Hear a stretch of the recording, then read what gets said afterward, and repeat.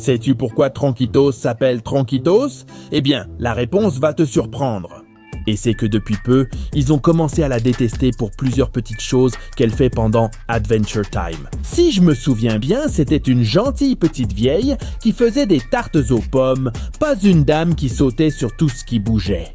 Oh, Tronquitos, c'est une Willa?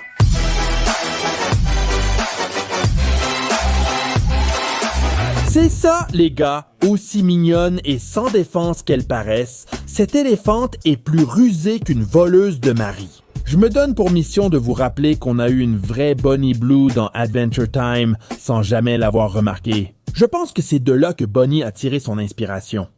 Et tout commence dans l'épisode 4 de la première saison. Ah, que de bons souvenirs! Ils se sont assurés de nous présenter Tronquitos, ce qui ressemble le plus à notre gentille grand-mère, une petite vieille qui fait des tartes, vit dans une très jolie maison, même avec un verger de pommiers, même si tout cela, ce n'était qu'une façade.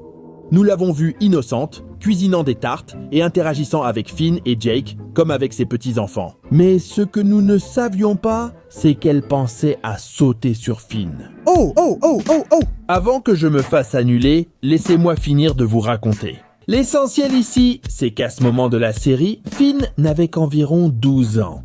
Et Tronquitos était déjà considéré comme une vieille dame. Moi, je lui donnerais bien 60 ou 70 ans humains. Je ne sais pas à quel âge cela correspond pour un éléphant mutant, mais je lui donne cet âge à cause de son apparence déjà très vieillissante. Dès le départ, on nous a laissé entendre qu'elle avait déjà quelques boulons desserrés dans la tête. Parfois, elle semblait être une femme normale, mais d'autres fois, elle est complètement folle.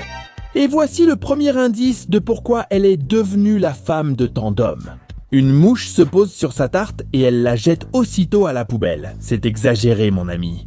Exagéré. Mais ce n'est pas tout.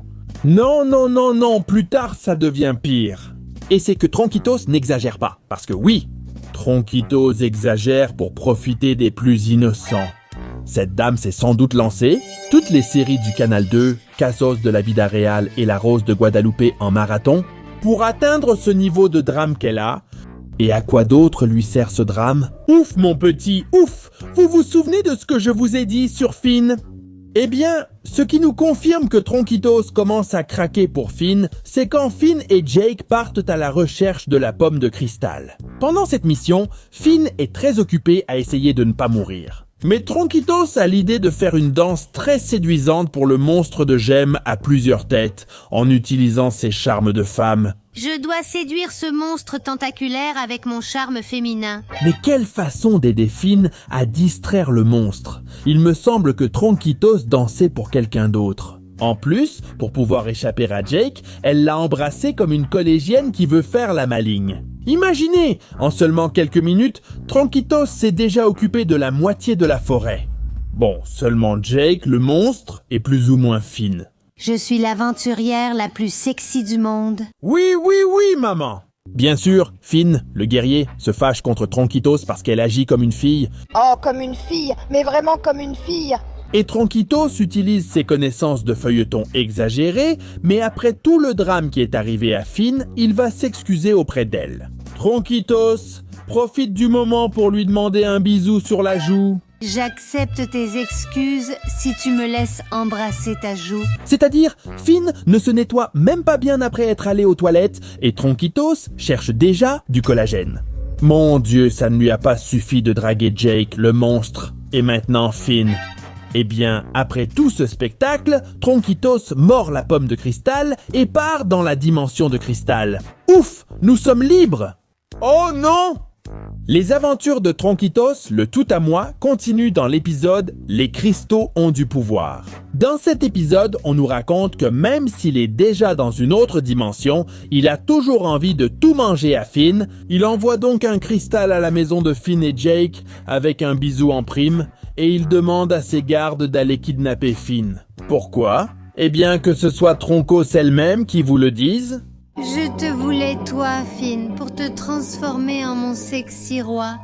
Ah mince! Là, on passe à un autre niveau, même Finn lui-même ne sait pas quoi répondre. Après que Jake donne un grand coup de pied à Tronquitos pour qu'elle recrache le morceau de pomme, Tronquitos ne cesse pas de faire la fête comme à un barbecue. elle s'est rapprochée de Finn, tout en lui disant que pendant tout le temps qu'elle était dans cette dimension de cristal, il lui avait énormément manqué. Et elle n'a pas arrêté de penser à lui?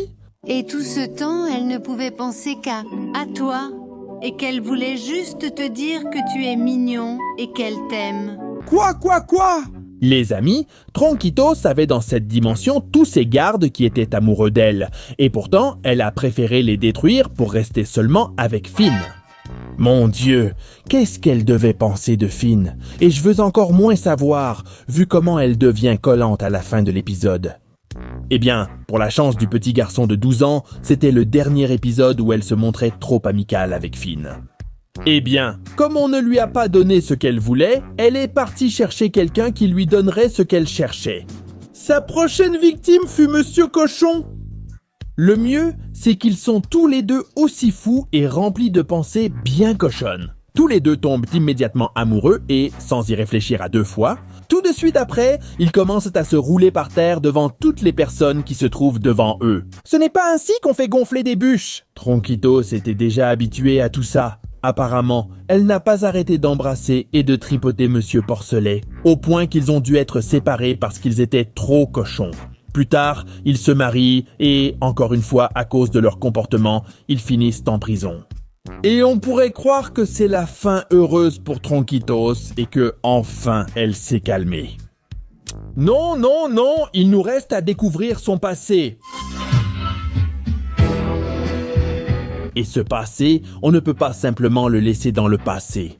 Eh bien, apparemment, depuis que Tronquitos était bébé, elle flirtait déjà avec le docteur qui l'a mise au monde. Eh bien, dans l'épisode Anneau de feu, on nous révèle toutes les bêtises que faisait Tronquitos avant de devenir une vieille dame. Mais pour que nous puissions le savoir, elle doit d'abord mentir à Monsieur Puerquito. Parce que l'un de ses centaines d'ex-maris l'a appelé au téléphone pour qu'elle le voie en secret. Et notez bien que c'est une fois où on nous a montré que Tronquitos fait ça. Dieu seul sait combien de fois elle a déjà fait le coup au pauvre Monsieur Cerdito. Quand Tronquitos retrouve le galant de Randy, Randy a l'intention de lui demander la bague de fiançailles qu'il avait donnée à Tronquitos quand ils étaient jeunes. Parce qu'il va déjà se marier avec sa nouvelle petite amie, mais Tronquitos, même si elle est mariée avec Monsieur Cerdito, lui dit qu'elle accepte. Laisse-moi être ton aventure. D'accord, pourquoi pas? Envoyez-moi, roi! Que s'est-il passé ici? Et ce n'est que la partie émergée de l'iceberg, mes garçons! Tronquitos, elle est déjà plus habituée à être mariée que la maman de Bambi. Ils commencent à parler du passé de Tronquitos. Nous avons vu qu'après s'être mariée avec Randy, elle s'est simplement ennuyée de lui parce qu'il était trop gentil, soumis et faible, et elle a décidé de l'abandonner juste un jour avant leur lune de miel. Pourquoi n'as-tu pas regardé des vidéos de T-Mac, Randy? Je vois d'ici que tu n'as pas une posture d'alpha et que tu es totalement soumis. Burke, Tronquitos est partie à la nage jusqu'à ce que, d'une manière ou d'une autre, elle devienne capitaine d'un bateau et... Qu'est-ce que c'est? C'est ça, les gars, c'est l'uniforme de la petite page bleue de Tronquitos. Il n'aurait pas pu lui donner un chapeau de pirate et une veste ou quelque chose de plus pirate.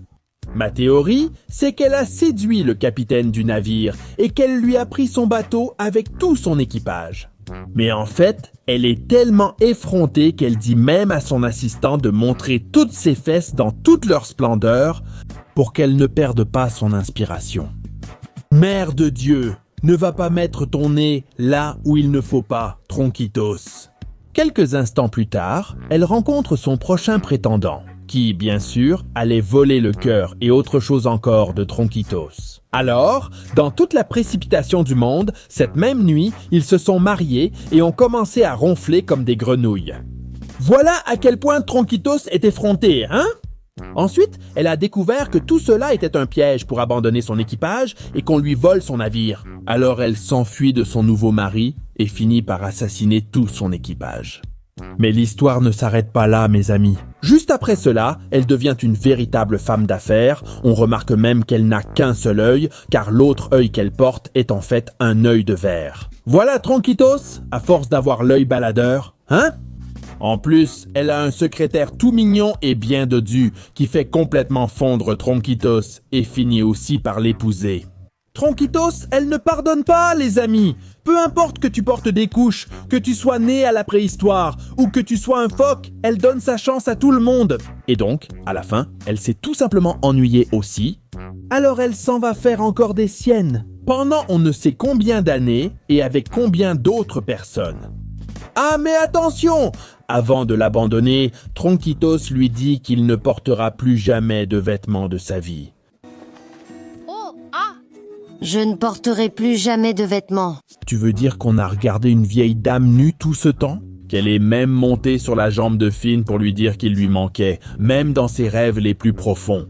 Les amis, mais la goutte d'eau qui a fait déborder le vase avec Tronquitos, on l'a trouvée encore une fois à son époque de vieille dame.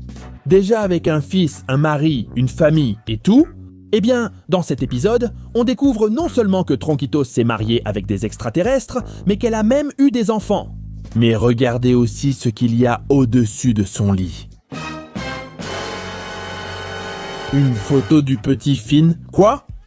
Donc, pendant tout ce temps, elle a continué à avoir un fantasme tordu de coucher avec Finn, et elle est tellement effrontée qu'elle ne se gêne même pas pour parler de ses autres maris à ses maris. Monsieur Porc ne savait même plus quoi faire quand elle les a forcés à se serrer la main. Sachant que tous ces extraterrestres, qui sait ce qu'elle a bien pu faire avec Tronquitos pour qu'ils aient des enfants? Rien qu'en voyant cette scène, ça me rappelle beaucoup ce film, celui-ci.